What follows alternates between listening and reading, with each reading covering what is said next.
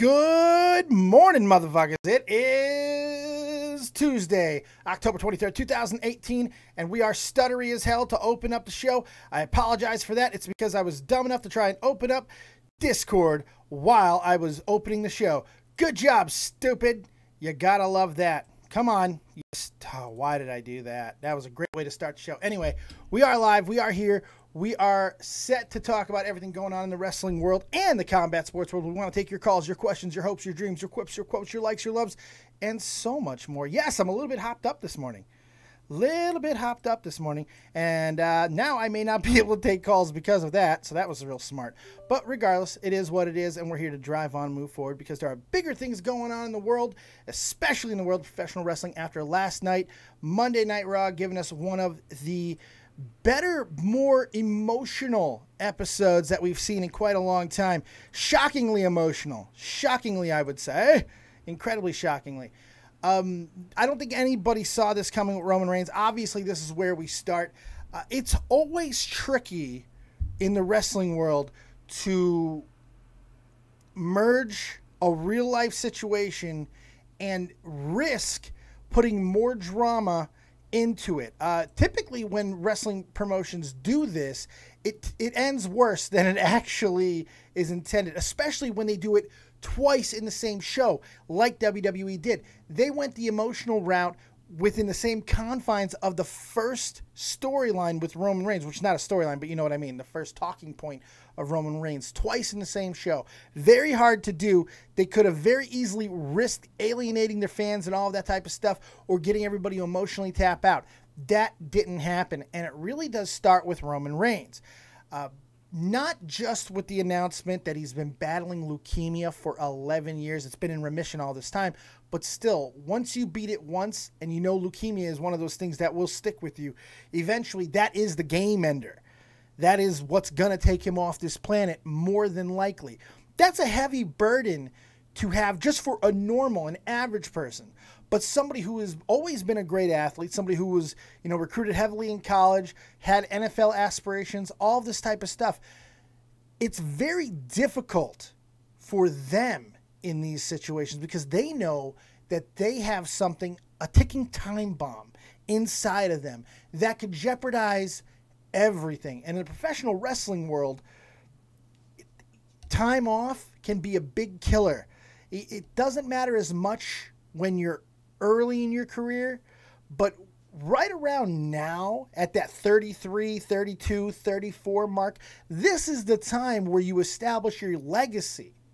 Now, Roman Reigns has had the type of career that people either like or love, whatever you want to say with Roman Reigns, but the one thing that you can never doubt for a second is he continues to get reactions. And this is why I will always say that Roman Reigns is one of the best wrestlers going today. Maybe not in ring technically, no, of course not. He sucks most of the time.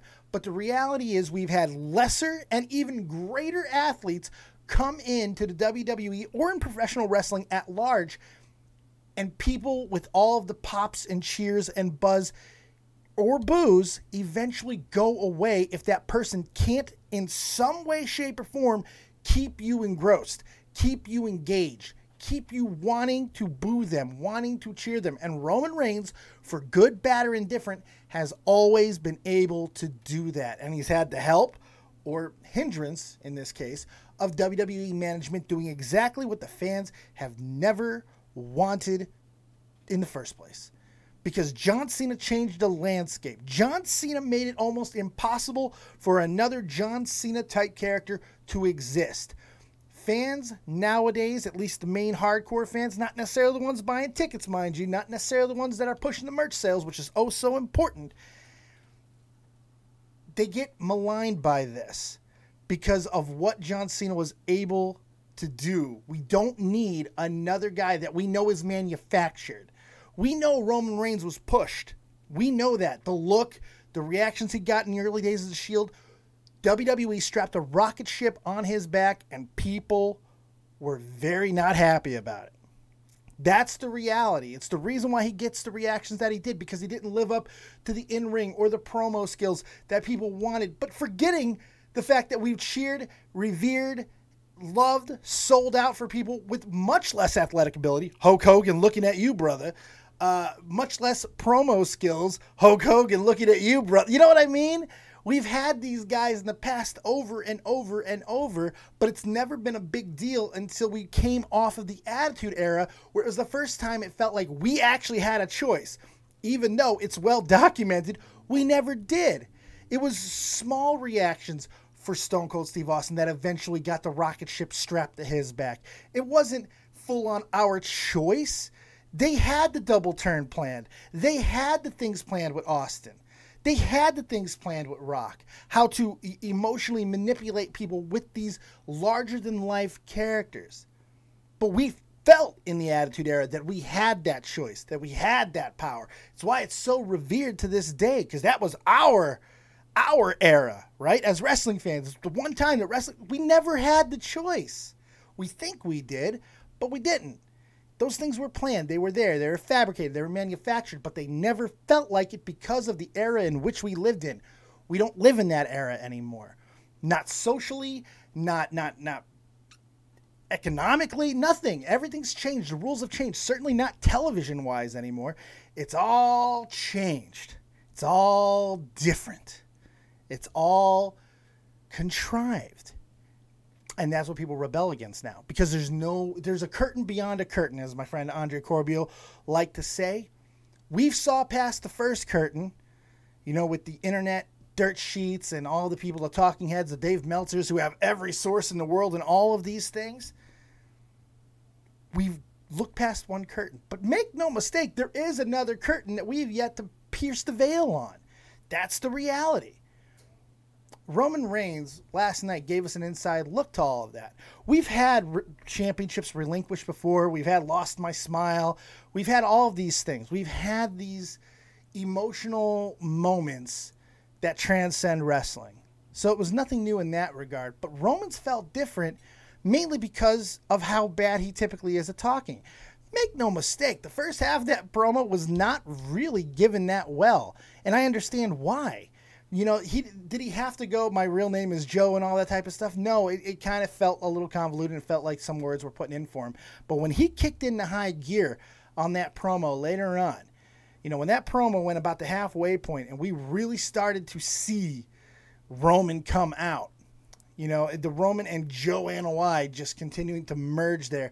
And we got to see some real moments of vulnerability, of emotion, of sorrow, of grief. It almost felt like retirement speech at some points, but then he turns it around and says, this isn't retirement. This is just another thing for me to overcome. And you believed it. I believed it. It made me feel shit. I loved it, man. I thought it was fantastic. I really did.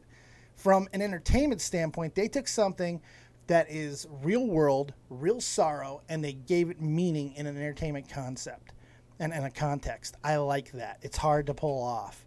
And most importantly, for WWE, if Roman Reigns is able to come back and beat leukemia and all that stuff, when he returns, there will be no boos.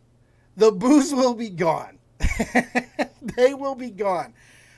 It's kind of weird that a sickness is what's going to get Roman over in the way that WWE wants him to be. Even though I've never really bought into that, even though the booking at times is certainly damning. There's no question. I mean, why do some of the things that they've done unless they wanted Roman to be 100% cheered? It seems counterintuitive because they know that can't exist anymore. They're the ones who created Cena. They already know this. So I always had a hard time with that concept. But the evidence is there. So, you know, what can you really say at the end of the day? You just kind of have to go with it and be like, well, it's emerging. It's emerging. But Lost Soul, that's why I think it was a work. No, this was not a work. The only thing that would lead me to believe that maybe it's a work is the fact that we never knew about it. Now, the counter to that is that this is the NOI family. It's almost a secret society. Secrets don't come out about this family. Not unless they want them to. They're very tight-knit. It's a big group. But the issue is it goes beyond that because he was a highly touted athlete as a kid. You know, NFL aspirations, all that type of stuff. This would have came out. Somebody would have found something, and it would have been reported. I can't believe that this has never been broken in any way. There's never been anything that linked leukemia to Roman Reigns in any way, shape, or form, but it does kind of explain some stuff. It explains some of the weird absences. It explains why he probably still to this day imbibes in some weed. You know, I'm starting to feel a little bit better for him in certain aspects, and I'm starting to be a little bit more understanding. It's a terrible thing. It really is. But the WWE did a very good job last night of moving past it and going into the future. I want to talk about Heyman's promo in particular. Heyman's promo was captivating. And I do feel like Heyman has become a lather, rinse, repeat type of guy. It's always the same thing. Last night was different. You could tell, like, it's hard to say, and I'm certain that he would even admit this to an extent, that in points in his career, he probably lost passion and love for the wrestling industry that he loved so much growing up in. The later days of ECW, coming over to WWE, everything that he did, there has to be points where the love and the desire for the business simply faded. That's not the Heyman we got last night. Heyman seemed emotionally connected to the industry, the fans, Roman Reigns, and a whole lot more. And it was fucking wonderful to watch. It was incredible. It was downright beautiful. Yeah, the words that he used, the words that he chose not to use, everything was great. And that is the most important thing to me when they decided to turn it into a storyline-driven narrative with Braun Strowman coming out. Because they still had to find a way to make this matchup between Braun Strowman and Brock Lesnar at Crown Jewel, wherever that's going to be, they have to find a way to make it matter. So now Braun, who was so fired up last night, you can tell that that Roman Reigns thing affected him and a lot of fucking people. That was awesome to see him that fired up. And it almost looked like he was on the verge of crying when he said, you know, when Roman kicks Leukemia's ass, he's going to be first in line for a title shot. I fucking loved that. Didn't need to be in the script, didn't need to be in Braun's promo, but it was beautifully delivered, man. I really dug it. I thought it was great and very emotionally powerful. And then to take it a step farther with Drew McIntyre and the whole Monster Hunter angle, it was great. It was great. I am loving Drew more and more because that was the WWE's way of bringing everybody back to the reality. Their reality. You know what I mean? To the WWE, the ring mentality, the fantasy. It brought us back into it. Now, we're probably going to drop frames in a second, and I apologize for that. Maybe not. Okay, we will not. That's good. Because I am opening my Discord because I do want to get you guys in here, and I do want to get some callers. Now, had that really have been it, Raw would have been pretty good to talk about, just on that itself. But they took it another step.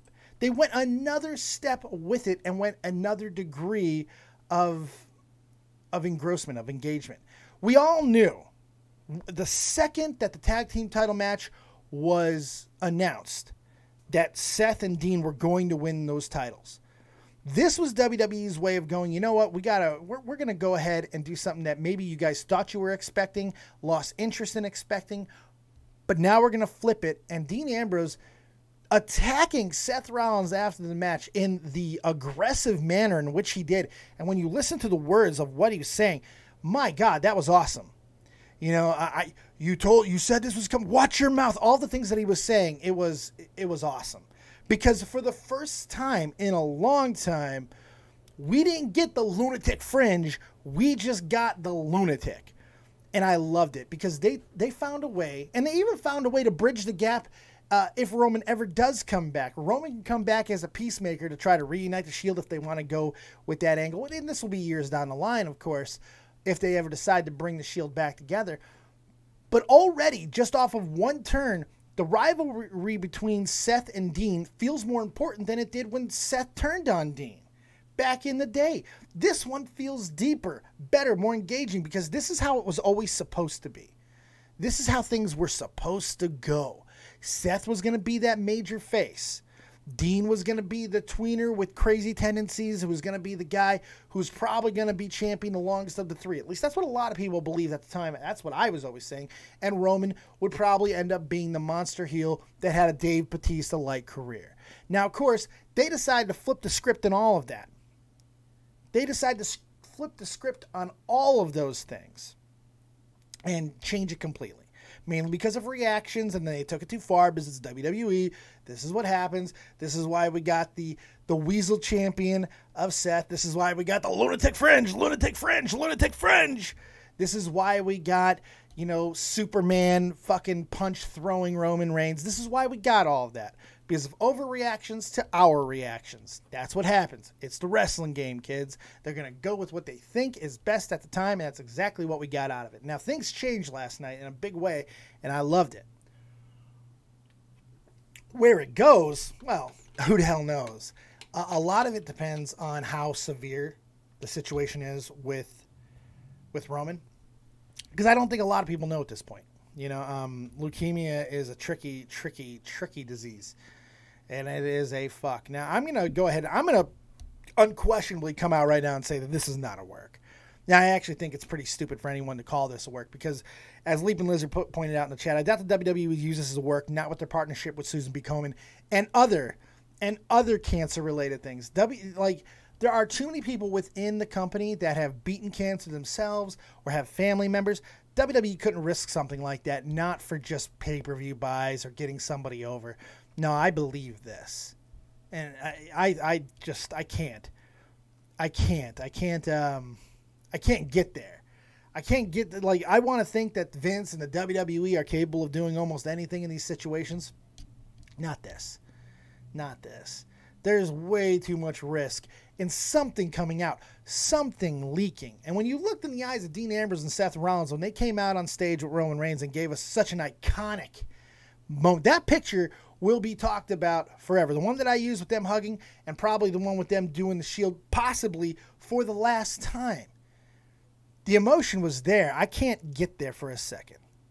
I can't get there even for a moment.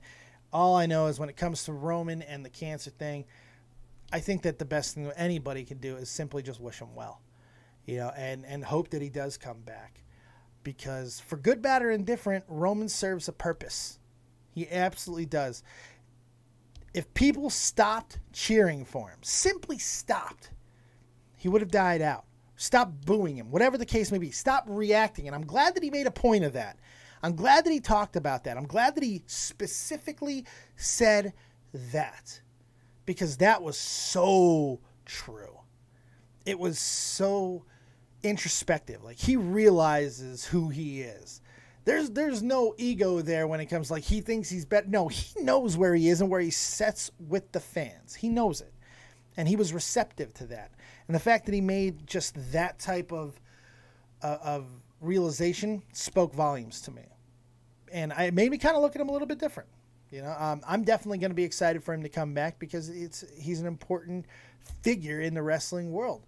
33 years old. This is the time where you make your bones. This is the time where you make your mark. This is the point from 33 to 37-ish is where you really make your legacy. And the reality is, whether you liked him or loved him, Roman had the 5 years before those mid-30 years to get title reigns, to get accolades, to get all those things that build you into a legendary status. Roman was on that trajectory. Begrudgingly as it might be to accept for so many people, that's the reality. That's what he's been able to accomplish. Whether it was forced or not is kind of irrelevant because we've had other stars. We've had other main events. We've had other people that have been pushed down our throats and we've simply lost interest. Ask Sheamus. Ask Cesaro. Ask so many people. And they will tell you. You're either able to stay in that pocket or you're not. You're either what the WWE wants to push or you give them a reason. Daniel Bryan proves that point. Daniel Bryan was the last time where there was some actual choice, and even that was contrived. And how much fucking choice did Daniel really give us? How much Daniel's not on that same pedestal. He's not. It's just a reality. He's loved in certain circles, especially with the new age wrestling smarks. That's why he gets that love. The basic everyday fan that they are pushing to every single day, that younger demographic, the people who simply don't care about the wrestling dirt sheets and all of that. They don't care. The Roman Reigns, the John Cena's, the Hogans, the Giants, the Ultimate Warriors, the Macho Mans, the Stone Colds, the Rocks, these personalities that never had to be overly great in the ring. Fight me on The Rock being a good in-ring performer. All right? He's not.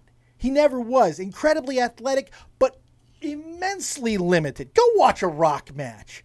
If Rock wasn't in there with a superior in-ring technician like a Triple H or someone of that caliber, even Stone Cold, somebody who complimented him so much and knew how to be a ring general, The Rock gave shit performances, but his ability to captivate you on a personal level is what trumped all of that. Now, Roman has a little bit of a different situation because he doesn't have that same larger-than-life personality. He's not The Rock. He wasn't Stone Cold. He certainly wasn't Daniel Bryan in the ring. He didn't have any of those capabilities. But he had the one thing that I think it gets underestimated sometimes. That look. That look that made everybody want him to be the heel, but the WWE decided not to give it to us. And that caused resentment. That caused the boos and the cheers and the mixing and all of that. It's a wonderful thing. We don't get it all the time because anybody could have just sat on their hands anytime they liked. Anytime they liked. And they didn't. Not for the last 6 years have they sat on their hands. And anytime would have killed that run. It's going to be interesting to see where this goes forward. Not only with Roman, and hopefully we're going to get lots of updates on him. And this won't be something that just fades into the back and then one day we hear that he's gone. Which, if it's as serious as sometimes I felt it was during that promo, silence would be something I would expect to be seeing going forward. And I'm hoping that's not going to be the case. I want frequent updates. I want to see video vignettes. I want to see Roman beating leukemia. I want to see him going to the hospital. I want to know there's hope here because we need Roman back. We do. There's not enough stars on that level. Whether you like him or I'm not speaking as someone who loves Roman Reigns. You've heard me fist fuck Roman Reigns on this show for years. For years. And he's deserved every fisting that I've given him. Every single one of them. But the respect was never gone. Just like with John Cena. Not the biggest John Cena guy in the world, but I respect what he accomplished. I expect his drive, his hustle, his loyalty, his respect. I respect the shit out of all that. And it's the same thing with Roman. That same hustle, that same grind. So now, I don't think that even WWE would be so blinded or deaf or tone deaf especially to do something this stupid. And Saudi Arabia kind of proves that. The fact that we haven't even heard the word Saudi Arabia in damn near 3 weeks, they're not tone deaf. They couldn't do something of this magnitude with faking a leukemia diagnosis. No, that doesn't work. I'm sorry, I can't get in that narrative. All right, I'm going to read some of the chat, and we're going to keep talking, keep meandering on. I also have the Discord open. I want you guys to get up in there. I'm going to go ahead and throw this in the chat in case somebody else does not. Of course, if you want to support the channel, everything is down below to tell you exactly how to do that. I'm going to give you a little bit of update on what's going to go on the rest of the day. Let me give you the Discord link. Tonight, right here on YouTube, we will be going again, and I will have Drew is sharing on the channel tonight. That's going to be great. We're going to talk weed and a whole bunch of other stuff. That should be a lot of fun. I'm going to try to get the Twitch in a little bit after this show. I'm not exactly sure if I'm going to be able to. I'm going to do my best. I got a couple things that I got to do, and I am in a lot of pain today and not feeling very well. So, all right. Let's see here. Super Rising Storm. Are people blind? WWE even uploaded a backstage video with the entire locker room and Triple H were hugging Roman. I know, come on. This is ridiculous to me. This whole thing is ridiculous. Like, how the hell could this possibly be done as a work? I would never expect that, and I think people are a little bit lost in their WWE hatred if they're really believing it. Reanimator, John Cena scum the earth. He offended and abused Tommy C. Hogan was a good promo. Was he, though? What was he, though? I don't know. Backlash says, feels so bad for the dude. He's got 3 kids. Yeah, he does. And his story that he told at the beginning about when he first had to deal with it at 22 years old, he was homeless, basically. He had no money. He had a kid on the way. He had to figure shit out. I mean, that was touching. That was really touching. Ben Kellen says, I am sad to see there was people on social media who thought it was scripted. Yeah, that was I think some of his promo is scripted. It kind of has to be to a point. I'm sure he sat down with some people and what's the best word. I wouldn't be surprised if he sat down with Paul Heyman. Paul Heyman, after what Paul Heyman did last night, that would be the guy I would go to. If I had a serious promo that I have to deliver, but still keep things in perspective of an entertainment standpoint, I know Paul Heyman would be the guy I'd go to. He's very good at it. He knows how to emotionally stir things up. He's always been great at it. Whether he's over the top or whether he brings it down to kind of screw you, he's always been very good at that. Kristen James Calderon says, "What's up?" Hey, what's up to you? People over there, what's up? Let's see. Reigns haters are that committed to hating him that they're saying it's a work. Shame on them. I agree, back. I agree. Mark Potter, the cancer had cancer. Well done, Mark. Mark Potter, my boy Roman is going to come back bald, right? Just shave off your hair now, Roman, and make a beautiful wig, and you can still have your hair. And that way, you know, it's even more sustainable. Back, if he beats it, the haters will continue to say it's a work. The only thing that will shut them up is him dying.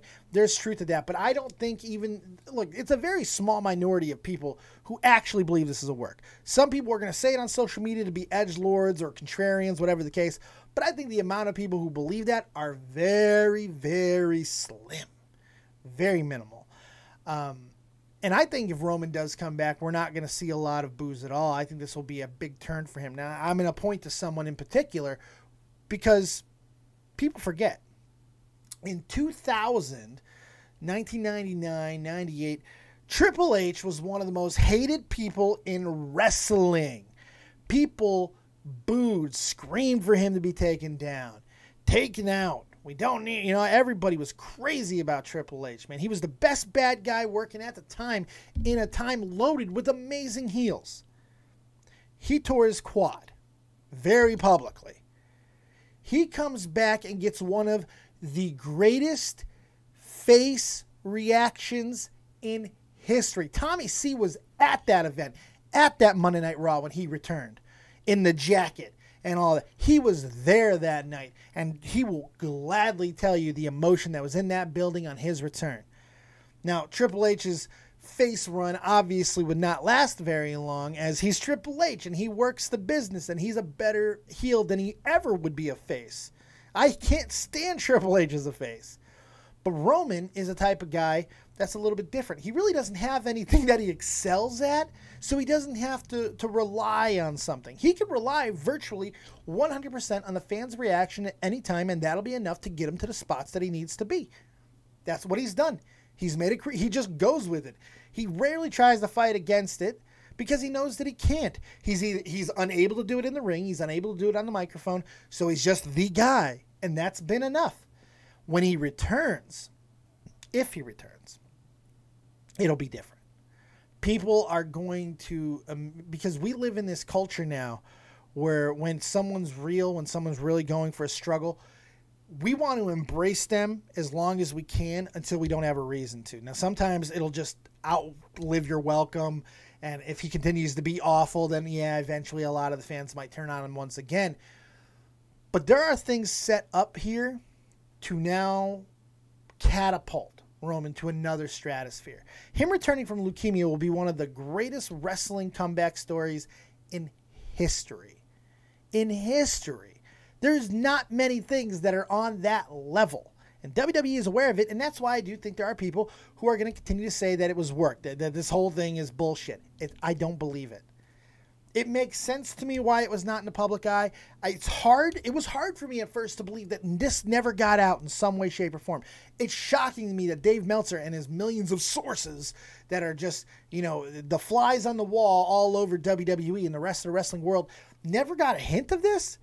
The fact that Roman Reigns was, you know, touted and looked at by professional sports organizations. You know, he had the college career, all of that type of stuff. And there were never record reports that talked about the leukemia, at least not released. That seems crazy to me. It has to be out there. Simply no one's found it yet. But it's got to be out there. Because that doesn't stay hidden. Those always get out. And maybe it's the whole reason why his professional sports career never really worked out in the first place.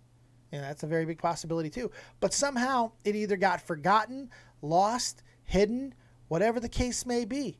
But I don't believe that's enough to sit there and say it's a work. Not with that family, because if there's ever a family you can point to and go, they could keep this under wraps, it'd be the Anoa'i family. It would certainly be that family.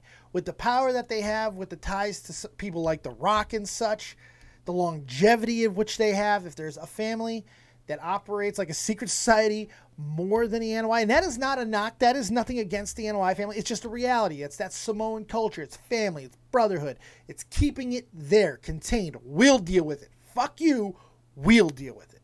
And they're very good about that. So that's, I basically put that as a wash, and it's quite simply, I don't believe WWE is capable of being this stupid to fake something. So that's where I'm going to leave the whole work scenario. Let's read some more in the chat here. Makad, wow, that Shield fist bump hit home last night. I'm no Roman fan, but damn, I was in tears. I watched it this morning. I was passed out last night. I was sick as fuck and passed out in so much pain from everything that happened yesterday. It absolutely killed me. But so I wasn't able to watch at the moment. However, watching it this morning and seeing that, and even knowing, I had people writing me all night, Dave, did you hear that Roman Reigns has leukemia, all this stuff. I was already prepared, but Roman's promo hit me in the feels. Seeing the Shield come back together, you know, out on the ramp like that, hit me in the fucking feels, right in the feels. And most importantly, the Heyman promo. The Heyman promo obliterated me. It was beautifully done. I loved it. So it was a good time. So I did get to watch it. Zanta, morning slam time or afternoon slam for me. Yep, it's 10:35 in the morning for me, so it's still morning. That's why we title it that way. But welcome in, Zanta. Good to see you, my friend.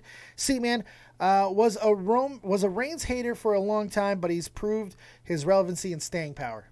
Perfectly said. Sarah Small, I am sad about Roman, but he was diagnosed yesterday with sciatica. Sciatica is not exactly leukemia, but still, I wish you nothing but a speedy recovery and hope that you are going to be just fine. I'm sorry to hear that you have sciatica. Not fun. Not fun. Makad, what do you think about them going forward with the Ambrose heel turn? Had to. And maybe they weren't ever going to do it. I actually was not sure they were going to pull this trigger with Dean, everything that's been happening with them in the past few weeks. I thought it was just kind of a smoke and mirrors thing. I wasn't sure they were going to really pull the trigger, even though I know the heel turn has been in the books for a long time. But it was perfectly done. To do it on a night that already had so much emotion charged into it, it was risky. It was risky, but luckily not a whole lot else happened on Raw. I mean, there were a couple good moments that I in particularly really did enjoy. The Elias and Corbin interaction. I thought that was kind of cool. Not exactly sure where they're going with Elias now because they're just walking that line of tweener again, even though they pushed him so hard as a heel for as long as they did. I'm not exactly sure where it's going, but I dug it. But aside from that, there wasn't a whole hell of a lot more. So to push one more time with that, with Seth and Dean after winning the tag team. How often does winning a tag team title become irrelevant, become secondary, especially on a night where it just seemed destined to go out on an emotional high? Everything that happened on a positive note, we still went out on an emotional high, but this was supposed to be that banning moment, that bonding. They are just together. The Shield, we're two, but we're still the strongest three. We have Roman there with us. We won tonight because Roman, this is dedicated to him. All this stuff. And then Dean turns on Seth and flips everything on its head. I thought it was brilliant. And I love as violent as they went with it, because Dean looks sadistic in that turn. That was fantastic. And it just further carries home the point that this is a change. This is a change going forward for Raw. It felt like last night felt like a time for change. You know, McIntyre going after Strowman the way that he did. There's a lot of factions and teams and people who are starting to go in different directions. We saw that with Apollo Crews. We're seeing it with some of the women as well. You know, there's been a lot of breakups and back turns and all of these things that we love about wrestling piled into the last month. So it's a risk to do it with Dean and Seth last night. But at the same time, because of the emotional charge feeling of the night, it was also kind of a safe point to do it as well. It's one of those weird juxtapositions where the best time to do something is actually the worst time to do something. You know, so it's kind of crazy, but it worked. It worked for me. It really did. Leaping Lizard. People need to remember most of the stuff they hate about Roman is a result of Vince and the backstage writers. I'm going to disagree slightly. It's really not even anything that the writers or even Vince has some say. It's the whole feeling of knowing that Roman is going to be pushed to high heaven no matter what. This is a rebellion. That's all this has ever been. The people who continue to boo Roman Reigns, and I feel like about 40% of the boos that we hear on a nightly basis is just people going with the flow and being wrestling fans. We love to do what the crowd is doing because we know it's going to translate on camera. And the fans want to make it about themselves as much as possible. We've had that power since the Attitude Era. Back in the day, it was just about pops and boos, 70s, 80s. Things that were on television and things that popped forward were those pops and nothing more. Nothing more. It wasn't about the fans unless Roddy Piper was about to get knifed in Madison Square Garden or something like that.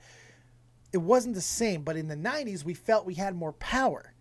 The signs, the atmosphere, it became about us. The chicks flashing, it was a concert. It was an interactive experience. And WWE continued to prove that and push it forward going to this very day. We've had multiple fan moments, fan still frames that have become part of the allure, part of the mythos of wrestling. I could point to 3 instantly. The shock black guy after WrestleMania when Undertaker lost to Brock Lesnar. How about the evil, sad, mean girl when The Miz became the World Wrestling Entertainment Champion? But most notably, Izzy down there in NXT. The girl who sat behind Bayley and continued to just be the biggest Bayley fan. They gave her her own show. It's a different dichotomy now. It's pretty cool. But with Roman, to go back to the point, it was always about knowing that he is the guy who's going to get pushed no matter what. And there's just a section of fans who are never going to like that. They don't want to be told. They want to choose like we did in the 90s, like we felt that we did, even though we didn't. We had a little bit of input, but they had the ball rolling regardless. Austin's was there for a long time, and they were building to that moment. Nobody gave a fuck about Austin when he won the King of the Ring. Are we forgetting that? That Austin didn't have a lot of momentum at the time. He had a little bit, but not a whole fucking lot of momentum. It was built because of certain things. You could make the argument that if his lip doesn't get bust open by, I believe, by Mark Merrow early in that night at King of the Ring, it takes away a different visual, different feel. Austin 316 means I just whipped your ass. He took a legit moment from Jake Roberts' past, the Bible thumping and all of that, his demons, and he turned it into a catchphrase. Changed things on a whole nother level. We didn't choose that. It was there, it was served, and we were getting it. The double turn proves that. It is what it is. So, let's continue going forward here. Back, are they still going one-on-one match at Crown Jewel for the Universal title? That's interesting. Strowman and Lesnar. I'm wondering if they're still going to go forward with just them or if they want to try to add McIntyre to it. McIntyre going monster hunting feels like it's more than just a one-off or just a moment to punctuate something. They got to get Strowman over in a hurry here. They got to have Strowman going into Crown Jewel with a more of a face reaction. McIntyre is a great way to do that, and adding him into the match kind of takes a little bit of pressure off Lesnar as well. In Crown Jewel, seeing just Lesnar and Strowman may be very underwhelming, and especially if it does end up being in Saudi Arabia, it may not be the match that they want to have just on itself. So keeping it a triple threat is a very smart idea for me, and I hope they end up going that route, especially because McIntyre would be by far the best in-ring performer of anybody in that ring at the moment, and even if you had Roman Reigns, it would still be true. So adding McIntyre, I think, would be a very smart thing. I'm going to take it a step forward.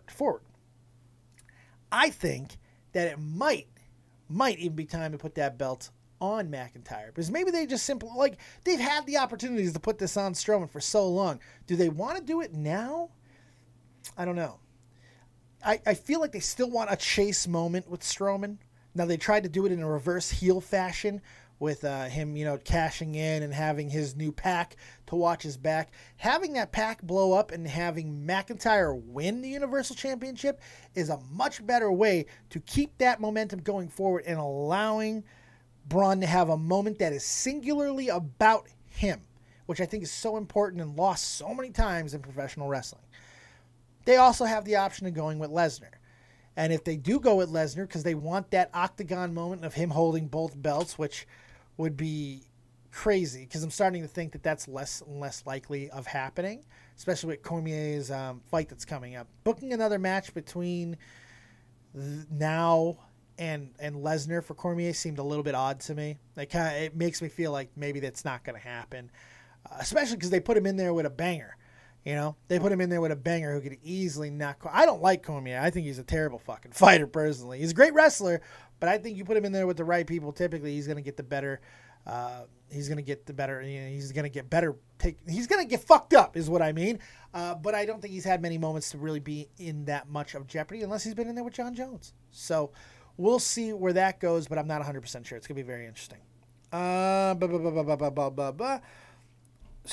might be a bit too much out there, but what if no one told Vince? It's possible. It's certainly possible. So that only Roman's family know. I think it's very possible. But the reason I had a little bit of an issue with knowing that or thinking that could be true is because Roman had an athletic career, an athletic past before WWE, was vetted by college. I believe he went into some NFL training camps, if I remember correctly. He had NFL aspirations. Football was done with him. He used it his own words. So for me, they kind of had to know. Now, granted, he wasn't diagnosed until 22. So maybe it was already past that, but the leukemia was what was keeping him out of the business of professional sports the way he wanted it to be. That's very possible in my eyes. It would not be a big shock to me, and that's why there's the disconnect and why nobody knew, because it simply happened after. But we'll never know, and honestly, I don't think it's a situation where we need to know. Still very, very crazy. One shot. Roman promo, sad, and Seth came out and cried. I just start to tear up. Me too, one shot. Me too. Solidarity. A little salt. Thoughts on DC coming to WWE? I hate it. I don't think DC is a very good talker. I don't understand this want and desire to have him on a mic as an announcer, but it could still work. I mean, fact is, there's not a lot of good, like really good black announcers within the WWE right now. There are a lot of people that they put in there, Byron Saxton, who I think is far better suited to be a backstage interviewer. I love him in backstage interviews, hate him on the booth. Booker T has been awful forever. I'm not a big fan of Percy Watson either. So Cormier, while I don't really care for his trash talk that he does and his constant fucking whining that he does more than almost anything the fuck else, my God, he whines a lot. I think he could be better served in an announcer position than the other guys they have, and the fact that he already has such a presence, people know who he is, it could help. And I don't, from a money standpoint, it doesn't not make sense. I think it makes a lot of sense to bring him in if they're capable. So I think as much as I personally am not going to enjoy it because I can't stand Cormier so much, it's a smart move for WWE, and if they can get him, it's a no-brainer. No-brainer. Big Auntie, what's up, Dave? Just fucking staying swifty, baby.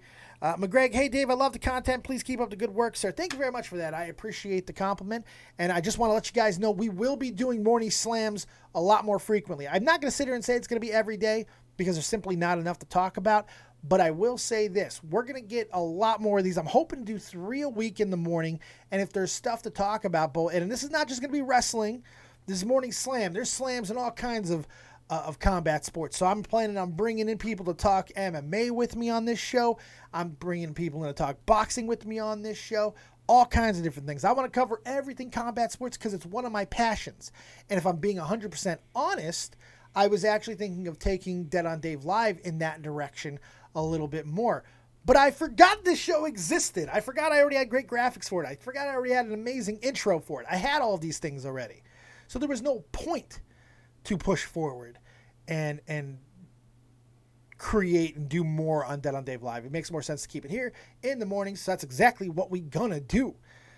Backlash says, yeah, keeping Braun on the chase, having a heel Drew as champion is a good route. I think it's a brilliant route. I think it's really the best way to go, because that way it's the moment singularly about Braun, and it's always nicer to have that, because now we have a lot more story that's already been told. I think it's a smart way to go as well. Backlash also says, no idea what they're going to do for WWE title match without Bryan. Give Joe another shot. I really don't know. I really don't know. I'm actually missing information. What happened? Is Bryan out? What happened? Did he get hurt again? What? I don't know what happened with Bryan. Someone's got to fill me in on that one. Everyone lies. My only issue, I hate when they lazy book the world title. Yeah, it's always a problem, you know. But this is not really a lazy situation. This is a point of necessity. Now, the only thing that could work against that is the fact that we still have a little bit of time. Not a lot of bit of time, but we got a couple of weeks to be able to build something meaningful. And if they want to go ahead and throw in McIntyre next Monday into the match for Crown Jewel, which I think would be a week before, right? Or still maybe 2 weeks. Save it for the week before. If we still have 2 Raws, because I can't remember the date. It was either November 3rd or November 10th, and I can't remember what day it's going to be on. But regardless, it's the Monday before that event that I would put him into the Crown Jewel triple threat. I wouldn't do it too early. You don't want to give people too much time to react to it. You want to give it something that has a little bit of pop and a little bit of backlog when it comes to story. And they've done that with McIntyre doing the things, the monster hunting angle. I love it. I think it could work pretty well. Kakasaw's in the house. Nice! What's up, man? Amy Leanne, good morning and excited for you, Dave. Yeah. Back, Cena and Bryan have said they're not doing Crown Jewel. Oh, I haven't heard that being 100%. Remember, just because they won't go to Saudi Arabia doesn't mean they won't do Crown Jewel, because I think Crown Jewel is getting moved. I do. The fact that they have not said Saudi Arabia in almost 3 weeks, to me, I think they're going to move it. Crown Jewel is still going to happen. Make no mistake, but it may not happen in Saudi Arabia. And if they don't do it in Saudi Arabia, Cena and Bryan have nothing to not show up for. So I see them both being a part of it. And remember, don't trust all the rumors that you hear. Meltzer's a fucking idiot who says things so arbitrarily and so muddled that he's always right anyway, you know. So let's see here. They're refusing to go to Saudi. Yeah. Which they absolutely should. I hope more wrestlers do that. I hope more wrestlers say we're not going to go. Put more pressure on WWE. They can't fire everyone. This is one of those times where a moralistic stance might be something worth pursuing. And maybe it's already happened. Maybe it's that pressure that's already caused WWE to not even utter the word Saudi Arabia. Maybe they're just hoping people forget and then do it anyway. Who knows? But I don't think it's happening in Saudi Arabia. And now that Turkey is releasing more, apparently they found the body parts of that fucking journalist yesterday. Apparently. Tonkasaw, Tuna Meltzer is a mark. He's the biggest mark. He's a mark for himself. There's my Discord link. I want to take some calls. I want to hear what you guys have to say about Roman Reigns and anything else that you might have. Please get in here with me and come talk to me. Oh, I see Tonka's up in the house. Let's start with him. We'll bring other people in to talk with both me and the Blood God himself in just a moment. What's going on, Tonka? Good to have you here, buddy. Oh man, what's up, Dave? This was a nice surprise. I got up to today. I found out you were doing a morning show talking about combat sports. It's Christmas. Yeah, well, it's going to be more frequent now, my friend. I decided this is going to be the best route to get my combat sports juices out of me every day. So let me ask you. I'm loving it. I hate that it was this day. I have a feeling I know what you're going to ask me about. Oh yeah, I mean, what else can we talk about, really, other than what did you think about what happened last night with the Roman Reigns reveal? It seems weird to me that it's never come out, something that's been 11 years. Let's shed some light here. What do you think happened? I've never heard the thing about him having leukemia. I've never heard that. I've heard that, like, he had, he had struggled with his weight and stuff like that. I'd heard just shit of that sort. Nothing of the, he is battling a life-threatening thing. That's not the kind of shit that you were hearing about Roman Reigns. So it was, I don't know, that was a wild thing. It It's almost proof positive that this was the only way you could get Roman Reigns cheered was to have him go against an opponent that didn't seem like Vince was trying to make you hate him. Well, Cancer's a damn good opponent. It's a damn good opponent. Hey, nobody cheering Cancer. Nobody's cheering Cancer. We've not seen that day. Cancer Man is not a fucking wrestler for a reason, you know? Yeah. Let me ask you, though, because a lot of people are saying that it's a work. Well, not a lot of people. There's a small minority. Oh. Do you think there's any possibility of this being a work at all? Do you think WWE would be that stupid? All right. If it's a work, then they go vague with when they say Cancer. It's kind of like when they used to tell you that they have been taken to a nearby medical facility. Right. Now, that isn't a hospital. That isn't the 911 emergency room. That is nothing. That's them saying some words, keeping it loose, keeping a story. They would have just said Cancer. They wouldn't have said he has had leukemia for 11 years. Yeah, never. They wouldn't have went that route. Nope. No, they would not have.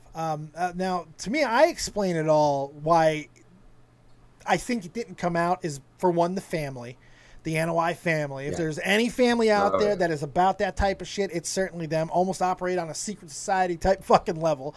So that doesn't shock me. But it's also the timing. He got it at 22. You know, that's when he was diagnosed. That's after the things with the, his high school football career, his college stuff, his aspirations to be an NFL That's when player. you're trying to kick off life right then. Right. 22, 23. You're getting the ball rolling right about then. Yep. That's tragic. It's unbelievable. And it also makes sense why he turned his attention to the family business. He had other, he said it himself, he loved football. That's what he wanted to do. But he got that diagnosis, changed everything for him. Yeah. It's easy to hate Roman Reigns. It is. I said it a minute ago. This is the one program where there's no way that he ain't the babyface in this program. Yeah. Oh, God. And, if people were ever going to like Roman Reigns, maybe they should have said, the guy had battled cancer in his youth, stuff like that. Maybe they could have went that route. Maybe that would have been too much. But having it all play out to them like this, seeing a guy he's finally got to the spot where they get to the end of the story. He finally topples Brock Lesnar. He finally fucking did it. Right. And now it's taken away from him. It's just gone. That's something anybody can see. You have something and someone, something, whatever, took it from you. Yep. Everybody can relate to that. You make a really good point, too, and this, I think, even speaks to more of just they didn't know. Because had they had known, WWE loves exploiting things from the past that they can make. Titus O'Neil's a good example of this. They're pushing him to the moon as far as, not in the ring, obviously, but outside. He's a spokesman for being a good father, for the cancer stuff. He is the guy. And there's so many stories where people have battled back. WWE loves to exploit those things. So to me, they didn't know because they would have said something. He's a survivor, damn it, Yeah, they want Roman to be the long-time guy. Yeah. When you're trying to fit your longtime guy into a company, what's the last fucking thing you want to hear? Cancer. He might not be around long term. Exactly. Yeah, that's the last thing you need. Right. And Daniel Bryan figured that out probably right now. That's why I think Daniel's gone so hard as of late, because he's trying to prove that he's healthy enough for the long term, so they will give him the opportunities that he wanted back in the day. Because if he got in there and was all frail, shit, look at the beatings he took from Big Cass when he first came back, the headshots in particular. To me, that's a message. With all the shit that he's gone through, he wanted everyone know that he was going to be okay. Because that will kill you in this business. Yeah, they will kill you in this business for that. 100%. It's almost it's same subject, but kind of on the side of it. People say a lot about WWE. Yeah. All right, you say whatever you want to about it. They don't book right. They're horrible. Whatever you want to say about it, but you have to feel for a company that every time it seems they put somebody in that position that, okay, we're going to run with them, guys. Something happens. How many Universal Champions have had to vacate and the belt's only been around for 2 years? The first one had to fucking vacate. Finn Balor had the next day. The next day. The next day. Let me ask you why I got you here, too. What did you think of Heyman's promo? Yeah. Did you see Heyman's promo? And if you did, what did you think of that? Because I think it might be some of his best work he's ever done, which is saying something considering we're talking about Heyman. I didn't get the whole thing. I got clips. It was damn good. Oh, God. He went I don't like Heyman. Yeah, I don't like Heyman. My feelings on Heyman, they've been made super clear every time I end up talking about him. Yeah. But that was a hell a hell of a. Well, I know why you don't like Heyman, because you were an actual wrestler. Yeah. You know, and to hear and to know, and the things that he admitted to doing in the 90s and the early 2000s, no wrestler's going to support those fucking things. I mean, my God. You know, so that's understandable. Yeah, that's my problem with him. But what he said last night, he was on point, and he really did good. Be it bullshit, be it him doing his carnival barker thing, I didn't whatever. feel it was bullshit. I really like. I don't either. But even if it was, right? Yeah. And I love that they decided to turn it into bringing us back into the fantasy. They could have Heyman could have just done his little promo, you know, started talking about the match at Crown Jewel and walked the fuck away. But the fact that they added not one but two elements of a swerve in that same promo, first with Braun Strowman coming out, being incredibly emotional himself and delivering something that was supercharged, and then the McIntyre Claymore, I thought was brilliant. I just thought that whole thing was brilliant. It was the best time for that. Yeah. Yeah, it was the best time for McIntyre to. This may be something that some people disagree. I know that a lot of people they've got their feelings about the Dean turn. I have still got thoughts. I don't know where I'm going to land on that, but you have to feel for a company that has to do everything they can right now to get the attention moved, to change every plan they've had. Think of all the people tied Roman Reigns' plans. Yep. 6 people at the very least. Now think about the guys who are going to get a feud with him next month. Now think about the guys who are going to feud with him into that month and probably after that because of the Roman Reigns feud they were in. Yep. Now think of the guys who are going to get the rub off of that. They got to scrap so much. Yep. So much has to be scrapped. It's foundation changing. Somebody's got to step up and go into that spot probably about 6 months earlier than they intended. And that's why I think it's a smart idea to keep this, wherever they're going to do Crown Jewel, to keep this as a triple threat match. And I think that's what they did last night by adding McIntyre into the Monster Hunter angle that they did. I think it's a perfect thing to not only put him in the match, but have him win the title and then let Braun chase him. Let's reestablish Braun as that face monster character, even though I'm not the biggest fan of that. I'm not. But I think it could work. I think this could really work. It's gonna heighten McIntyre, it's going to heighten Braun. Those two could do a lot of great work together. I don't know what it means for Lesnar, but I don't think it matters. I don't. That's the problem with. All right, here. That's the only thing with Lesnar kind of in the background here. We've been talking about it for months. Every time we get together, Drew McIntyre is the fucking man. He is. All right, that's where that belt needs to be, but. With this happening, I don't know if it'd do him any favors, but hell, running with him as champion can't be the worst way to go. Right. What I think they could do, get this all to come down to a thing, and maybe have it go Seth versus Dean in the finals of something for the belt, or Seth versus Dean in a match for the belt. I don't fucking know. But if you want to go for something to kind of have Braun have someone to go at that would be a great fighting babyface where he can shine as a monster, you want the belt on Seth. Yes, ideally. But they got time. They got time to get Seth there back. Yeah, that's why I love that heel turn at the end of the night. That's why I love Dean Ambrose beating the fucking in a vicious manner, by the way, to take all that emotion that happened throughout the entire night and plunge a dagger right into the heart of it with Dean turning on Seth the way they did. I thought it was brilliant. And the cool thing is now you're going to have tag team champions, even though I'm sure they're going to vacate those titles. But more importantly, has everyone forgot that Seth has the Intercontinental Championship?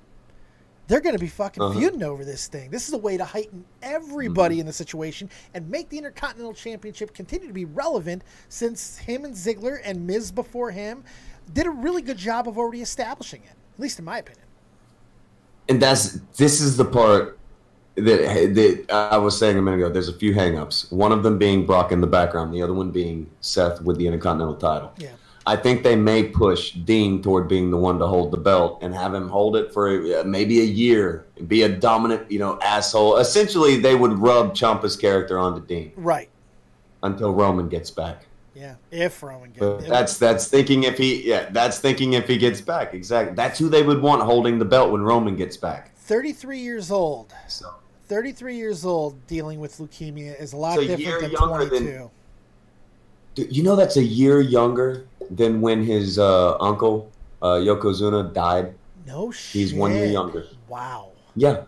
Wow, I didn't realize Yokozuna died at 34? 34. Holy shit. 34. He died at 34. Wow, he didn't even hit 40. That's shocking.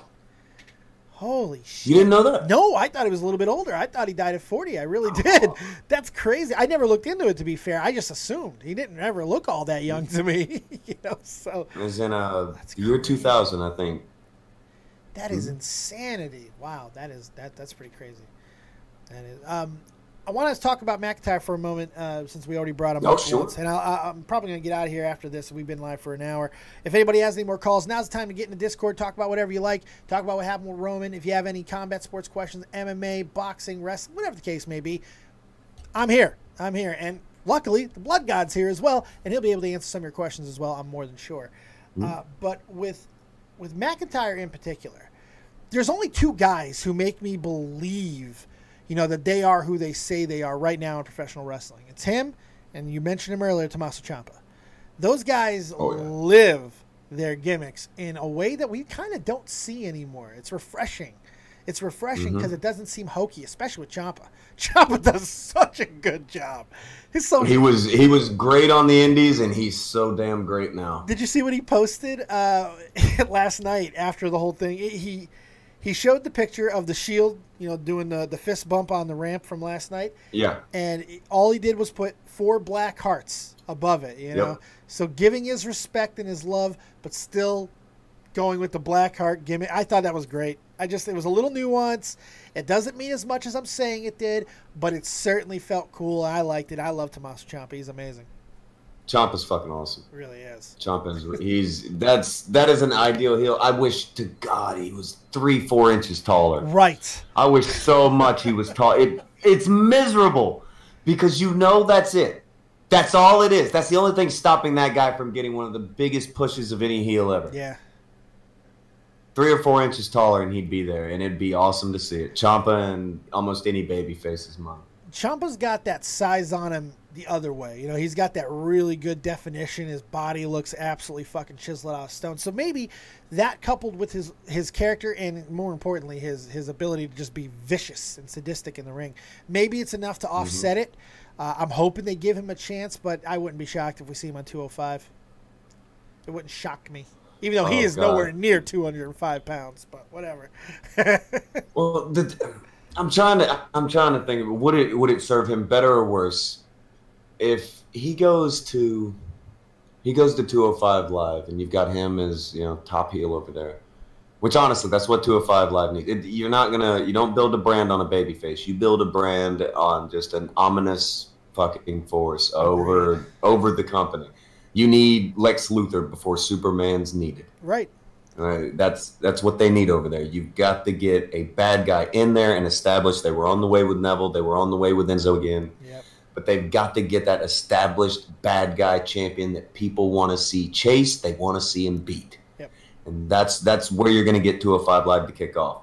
On the other hand, I hate to see Ciampa have to be the one to throw the entire show on his back. And I'm not saying the other guys don't work. Right. That's not what I'm saying. They're great wrestlers. Buddy Murphy is fantastic. Buddy Murphy is great. He's incredible. But he is not that guy to be doing exactly what you're saying needs to be done at 205 Live, because you're 100% right. They do need, and Buddy's not that dude. But he'd be a damn good fucking opponent for Ciampa to take that mantle. Because Buddy athletically, Buddy's special.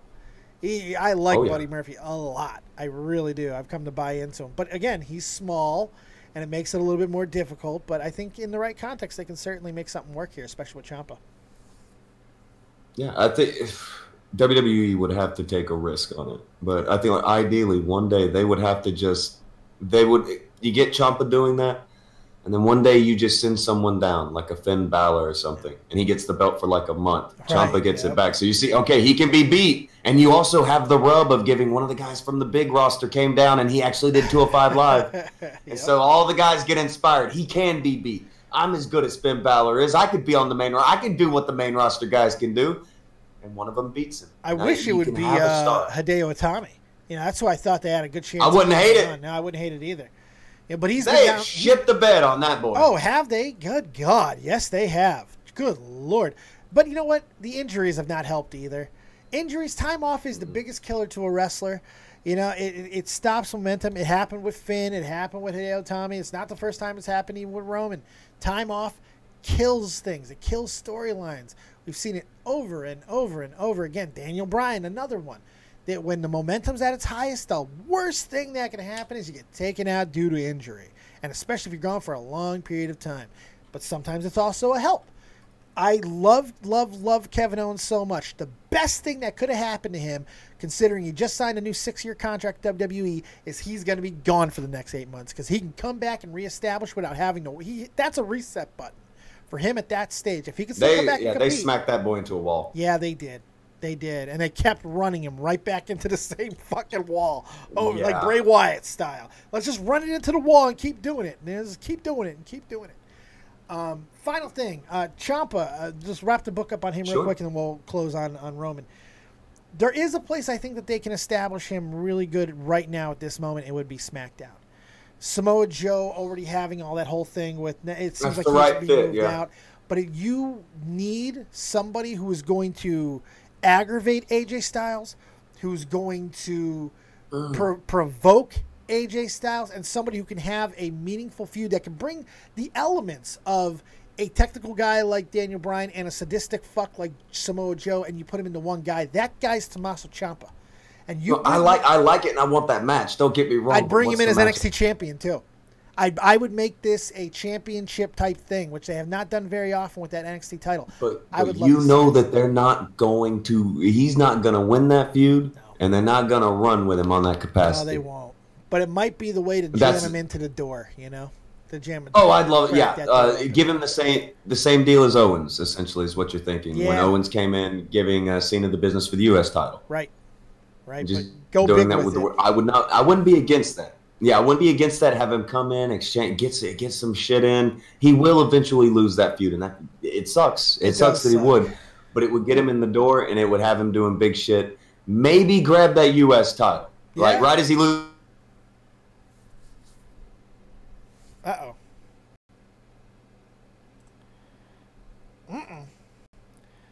I lost you. Hold on one second. Let me get you back. Sorry about that, guys. Getting a little bit of stuttering going on. I apologize. Trying to fix it. What the fuck is happening? All right. All right, talking. Oh. Yeah, I lost you. Oh, shit. I lost you. Yeah, I lost you, man. I'm having some computer issues. I apologize. Oh, no, yeah, you're good, man. I was just saying, they can't do to him what they did with Samoa Joe. Can't have him job out 3-4 times. No, it ain't going to work. And not when it's your first big feud. It's not going to work. It will not work. I agree with that. Yeah. So, no favors for anyone there. Right. I agree with that. Thank you for coming on, man. On that note, I'm going to get you out of here before my computer fucking shits the bed completely. Anytime you want to come on the show, fucking, I will take your call each and every single goddamn day. Not only because you were the only one who called in, but because I love talking to you about combat sports in general. So feel free to drop by anytime, my friend. Oh, man, I appreciate the hell out of it. Having a morning show about combat sports, I'm having. I love it. All right. I'll see you here more often. Take it easy, buddy. Take it easy, Dave. Make sure you guys check out Tonka on the morning Kumite. The daily Kumite is going to be doing that probably here shortly, I assume. It won't be too much longer before that gets off the ground. So make sure you guys go check him out over on his channel. Tonka. Sorry I didn't let him promote himself. I forgot because my computer was trying to die on me. Backlash says, there's nothing to Kenta. He's been on the shelf so long that he hasn't exactly been working out or working on his English. Yeah, no, I agree with you. It's hard to disagree with that. Guys, thank you so much for being here. I appreciate it. If you support this show and you support, you want more combat sports, you want more wrestling, this is the best way to convince me. The fact is we got into the high 30s today. There was some good interaction in the chat. I'd like more callers. Convince me to keep it going and make me do it every day by telling me you want it. Show me that you need it. Tell me that you want my copiousness all over your face, neck, and fucking chest, and I'll give it to you every day. That's all I ask. Thank you very much for being here. Keep it copious, as always. If you don't have talent, have talented friends. Like Drew is sharing, who's going to be on this channel with me tonight, 5:30 Eastern Time. That's in the PM, kids, not in the morning. They don't want to get anyone confused. We'll see you there. Might even see you on Twitch in just a little while, doing a little gaming. We're going to play some marbles, perhaps, and just hang out and continue some of the conversations that we started right here. See you guys later. And peace. Bye.